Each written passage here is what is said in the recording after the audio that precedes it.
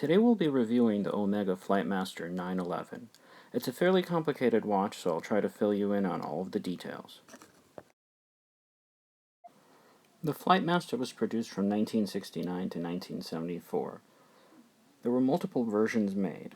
The first version came with the 910 caliber movement. Basically, it was a Speedmaster caliber 861 with a green 24-hour indicator at the 9 o'clock subdial.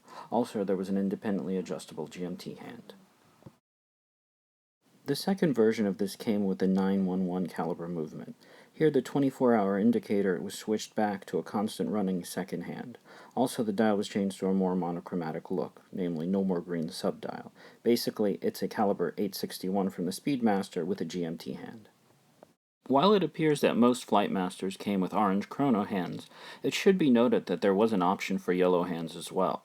This was apparently meant for plane cockpits that had infrared lighting. Remember, these watches were originally meant for commercial pilots, not us watch collectors.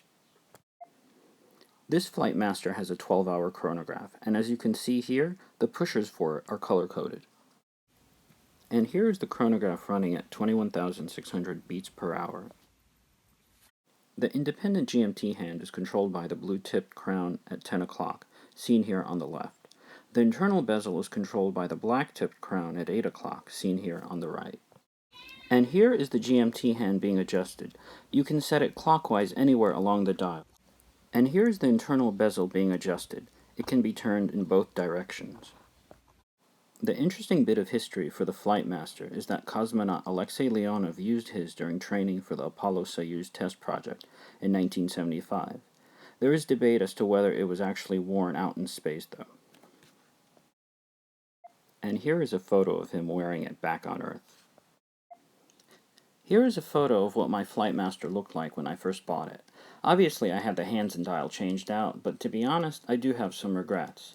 I feel that the gray on the original dial looks nicer than the all-black service dial that replaced it. One day I plan on switching it back. For my conclusion, as is usually the case in my reviews, I think that this is a well-made and great-looking watch. It has an unbeatable GMT functionality on top of a proven chronograph movement. As a bonus, spare parts are still available, even though I have mixed feelings about the all-black service dials. As a downside, it's a big and heavy watch, which is, for what it's worth, to be expected for a tool watch.